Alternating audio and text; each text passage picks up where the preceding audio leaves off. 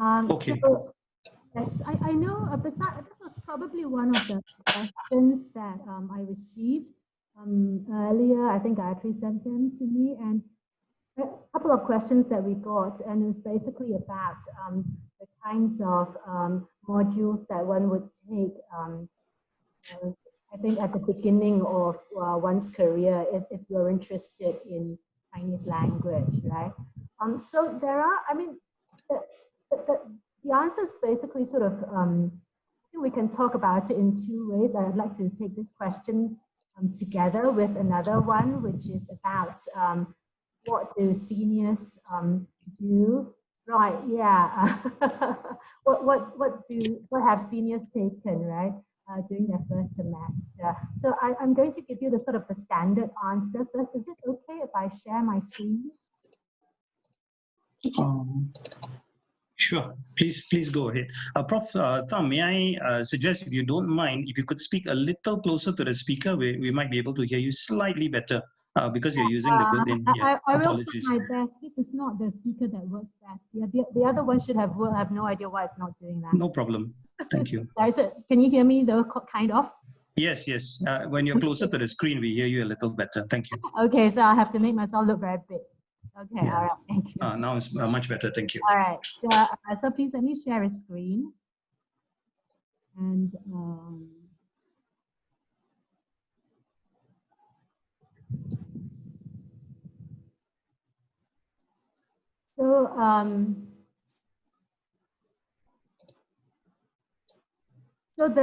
so can you see this? Yes, yes, yeah. We can. Thank you. Yeah, so the stock answer basically to the basic modules one would have to complete is really sort of the module requirements if you're doing a Chinese language major. So for any major, right, in FASS, you'll have the same kinds of issues. Right, you have to answer the same kinds of questions. So for us, as in all other modules, right, there's always an exposure module. So if you are at all thinking about a major in CL, in Chinese language, in the same way as you would for Chinese studies, right? If you're at all thinking about a major, then of course you want to take the exposure module, right? The CL 1101E. And then besides that, so what CL 1101E works on is about really the sort of well, sort of our knowledge of language. So it's spoken about, we talk about it in terms of Chinese, but it is more about what do we know when we know a language. Right? So we can talk more about that later if people are interested. Yeah, but in addition, there are, of course, a bunch of so-called essential modules. So these are the core kinds of modules that you would have to take to be able to complete your major, right? So, and there will be a couple of these you can see from these. So basically you get a taste of all of these in CL 1101E, from 2101 to 2104, sorry, to 2103, I suppose. And so 2101 is about the sounds of the language, right? So the phonology, Chinese. And then, so basically, you know, how come if you say certain string of sounds is sounds is, you know, a Chinese word, and certain string of sounds is not, right? So if you say stip, right, it's probably not Chinese, right? If you say beep, maybe, okay, that sort of thing. Yeah, so and then there are courses such as 2103, that's another essential module, and that is about, so clearly it says grammar, right? So it's about, so largely about sentence structure and word structure. It sounds kind of strange to talk about word structure, but it's actually quite a meaningful question. And if you want to know more about it, of course, you should come and take some of our modules. And then, of course, for some of us, for Chinese in particular, right, the script of the language is particularly, has a long history and has evolved. And so another module that you would complete for the essential modules would be the about the orthography. So this is called 文字学, right? So basically you study Chinese characters, how they evolve, what they used to look like, why do they look like how they do now, how they related to, you know, pinyin and things like that. So And then the rest, there are a few others. You'll notice, if you watched my introduction video, you'll notice that this is a bit different. So basically, I used an older version of the requirements, but for the more recent students, you would also be required to do these other three modules, which are not directly Chinese language. So CL2104 is more general, so it has to do with reading and writing. And then, and I'm so sorry, this should say CH, right? CH2121, CH2141, and this is very bad. Okay, but these are CH modules that we believe CL students should also have some understanding of. So one is about literature, history of literature, and one is about the general history of China. Okay, so these are some of the essential modules that you would have to complete. Then in addition, there are modules that at the 3,000 and 4,000 level. You could choose from. These are the so-called elective modules. So this gives, I hope this gives you some kind of some kind of very basic understanding of what kinds of modules one would need, right, to complete a Chinese language major. In addition, you can also, as I think if you were here for Professor Ong's discussion earlier, right, and somebody asked about translation, you know, so you probably know by now that the translation minor is part of the Chinese language program. So you are also able to fulfill Chinese language requirements using translation modules. Okay, and so here are some translation modules.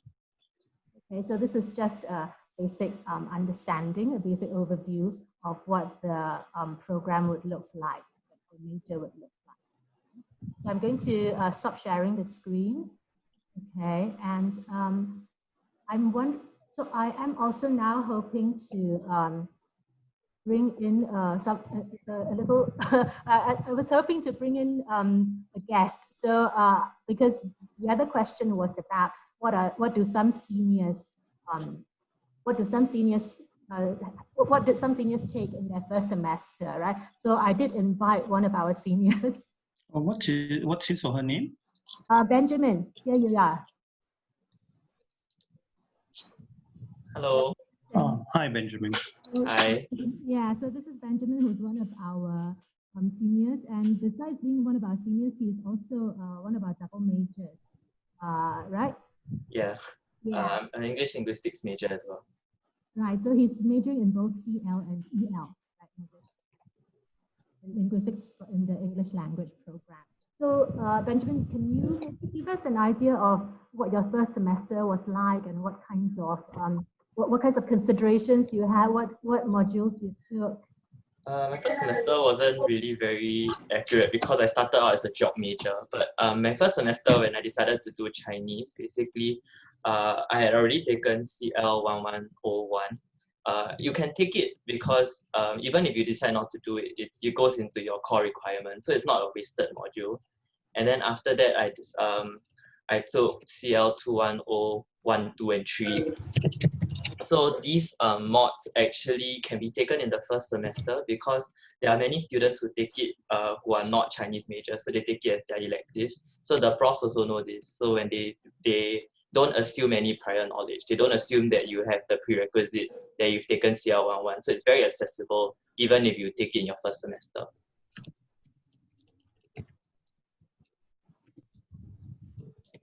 Okay, so I don't know, can you hear me? Yeah. Oh, good. Okay, so it's working now. So I also talked to another of our seniors, and I don't know if you would agree with her, but what Xue suggested was that I think what happened in her first year was that in semester 1 she also did CL1101E. And then she went on to try. So the next logical step, of course, is that you go on to the 2000 level modules, right? For the 2101, 2102, and so on. I think she didn't manage to. I think you have to bid for the modules, right? So she didn't really manage to get in. So she had to go directly into the 3000 level modules. Did you have something similar? The 3,000 modules I took, some of them actually they don't require the prerequisites. So I took a lexicon of Chinese dialects under Prof. Shi, and that one because there's no 2K module that is really a foundation to that. So he kind of starts us from the same playing ground. But I would say that if you take something that's related to the 2K, then perhaps you need to choose your modules a bit wiser. So there are a good mix of modules that you can start off on the 3K, and maybe there are some that you should consider taking the 2K for. Yeah, so what I was told by our other senior was that she thinks it's a much better idea to start out with the 2K modules and then go on to the 3K ones, right? But there are occasional 3K modules where it's possible to have a more sort of basic introduction. I think the professors are a bit more aware of this now. Okay, so I see that there are some questions coming in, and perhaps we can turn to those. And Benjamin, you can feel free to jump in if there's anything that I got wrong, okay? Okay. So is it possible to be competitive in the translation industry with just a translation minor? Do I have to further my studies? So of course, if you have a master's, right, it's always helpful because it gives you a different perspective. So it's always helpful to have a graduate degree, I think. It gives you a different perspective on the work, and you have a fuller understanding of the sort of deeper kinds of questions that people think about. But I think our translation minor is pretty competitive, and again, depending on the kind of work that you want to do, like if you are involved, say, in the civil service, I believe that our translation minor itself will give you some, will give you a pretty good foundation here, and you should be reasonably competitive. I don't think in Singapore, at least, that there is another university. Like NTU also has a translation program, but I'm also not sure that it is a major. So this would be sort of reasonably similar to what you can get elsewhere.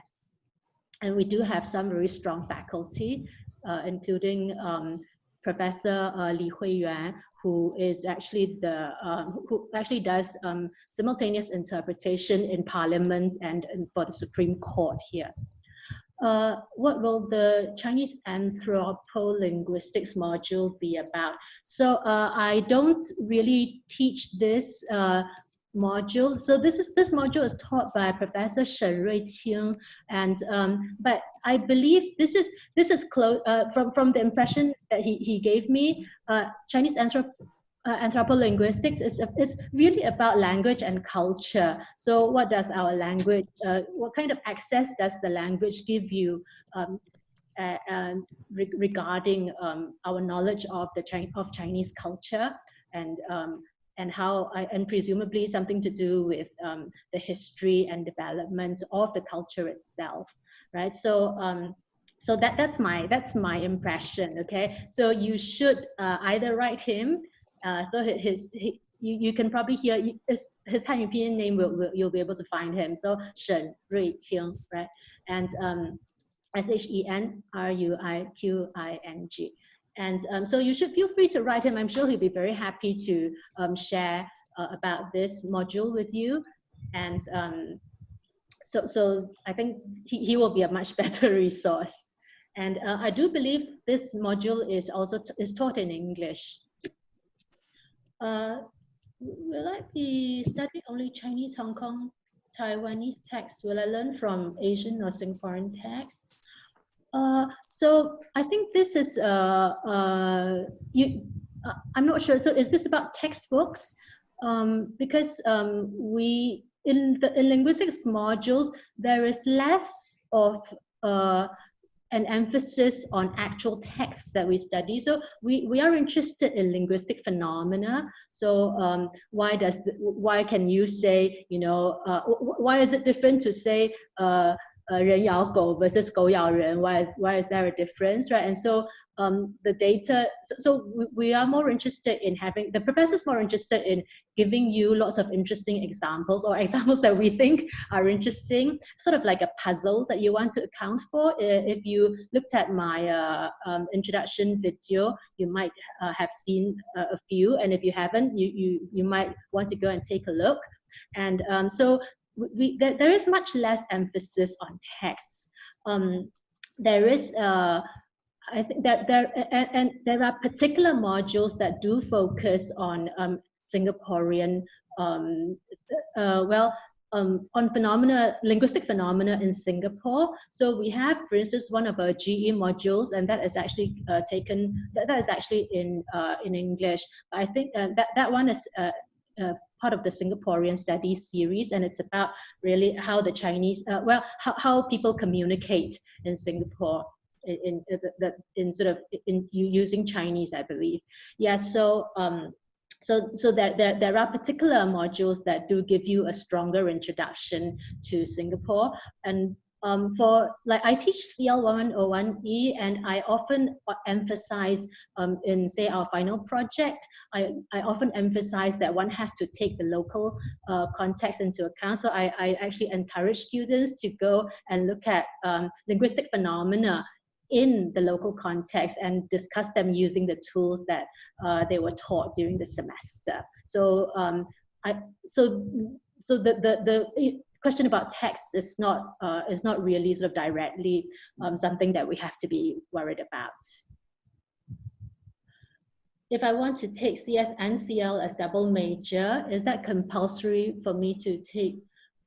It's not compulsory, but without it, it's much harder to go on, especially if you want to major.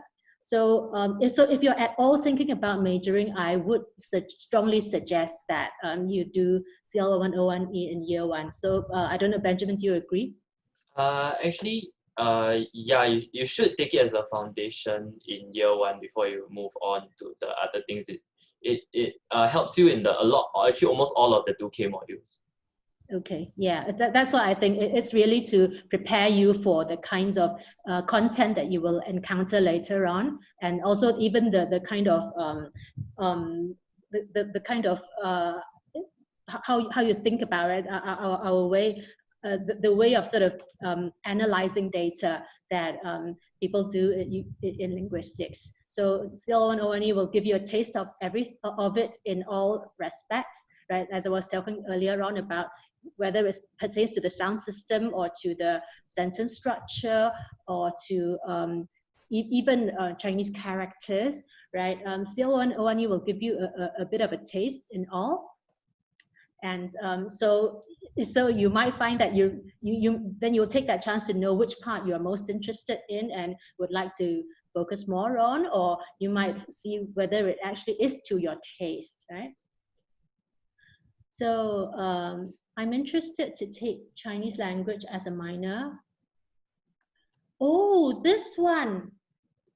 You know, this you probably, you should write me an email, okay? I'm not sure I know the, I'm very clear enough about the, this conversion or exemption to be able to answer you properly. So please do write me an email, because I also probably need to find out more about this. Thank you for asking the question. Okay, so write me. So I am, my email is chstsw. Ah, yes, or write to this question, write to this mailbox. Perfect. Okay, a couple more questions. If I'm being offered the Chinese Studies Entrance Scholarship, well, really, I would suggest that you take whatever. So it depends. So if you are taking from CL11, if you're taking CL1101E, you are probably interested in Chinese language. So then I would suggest that you should consider some other Chinese language module. But if you're being in your first year, then I would suggest you could also wait till the second semester after you have a stronger foundation. But what would Benjamin suggest? So perhaps you could take CL 1101 and maybe you don't have to rush to clear all your requirements, but maybe 1 or 2 modules alongside CL 1101 would complement each other quite well. So perhaps 2102, which is phonetics and phonology and grammar. Then if you do those together, you sort of study the same thing, but you can apply it for both mods. So it kind of cuts down on the workload a bit. That's such a good idea. Okay. Do you need to have a good command of the Chinese language to take the exposure module? So I think you don't need as much Chinese as you would for Chinese studies module. For CL 1101E, this is a bilingual module, so you can really, I basically provide readings in English and Chinese, and provide all the assignments are available in English and Chinese, so you basically get to pick. So what you do need that will help you greatly is to have linguistic intuitions about the language. So if I say a sentence, if I say, well, you know, this is not a good time to be going into examples, but if I say something like 我走错路了 and versus 我走了错的路, right? You should feel quite uncomfortable with the second or 我买了新的衣服 and if I say 我买新衣服了 我买新了衣服, right? Okay, you should feel quite uncomfortable with one of those options, right? Okay, so you need to have that kind of intuition, and then the CL1101E will be fun. Okay. Maybe I have 1 more minute. Is that right? Yes, Prof. You have about two minutes. Okay. Yeah. For analysis, I think there was a.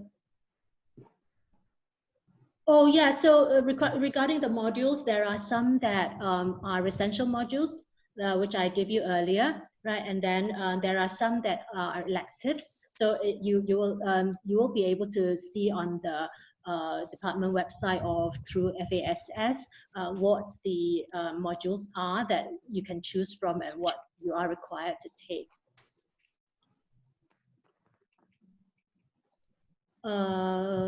Yeah, I can't see the whole question.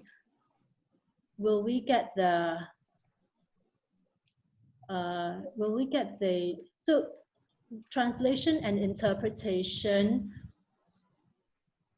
Will we get the opportunity to interact with interpreters? I think you do. Professor Li Huiyuan, who teaches the interpretation module, he's very good about it. So he likes to do he likes to teach the course in as hands-on a way as possible.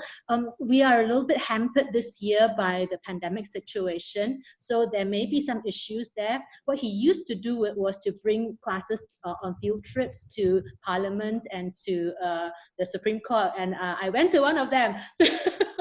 So I have perks as faculty also, right? And so I think there will eventually be some opportunity for that, although I'm not sure about right now. Okay.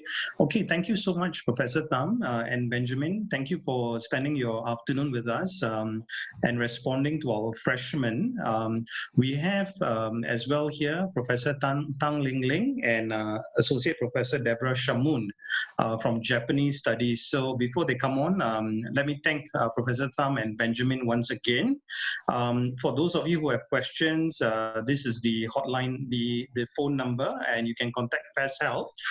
For Chinese language study specific questions, you can contact FASS box 63 at nus.edu.sg for Chinese language specific questions, and you will receive a response.